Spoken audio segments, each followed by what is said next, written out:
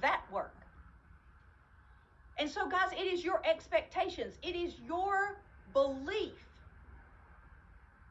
that you can learn what you need to learn to achieve what you have the desire to achieve. It is not about whether you know how to achieve it or not. It is not about whether you know how to recruit the right people. It is not about whether you know how to launch the right people. It is not about whether you know how to get to the ring or the next ring or the $500,000 ring, or if you know how to get to executive director, if you know how to get to platinum. It is about, do you believe you can learn along the way? It is, you have got to believe that you are the kind of person who can learn how to change. Do you believe that? If you hold that one belief that I believe, the only thing I have to believe is that I can learn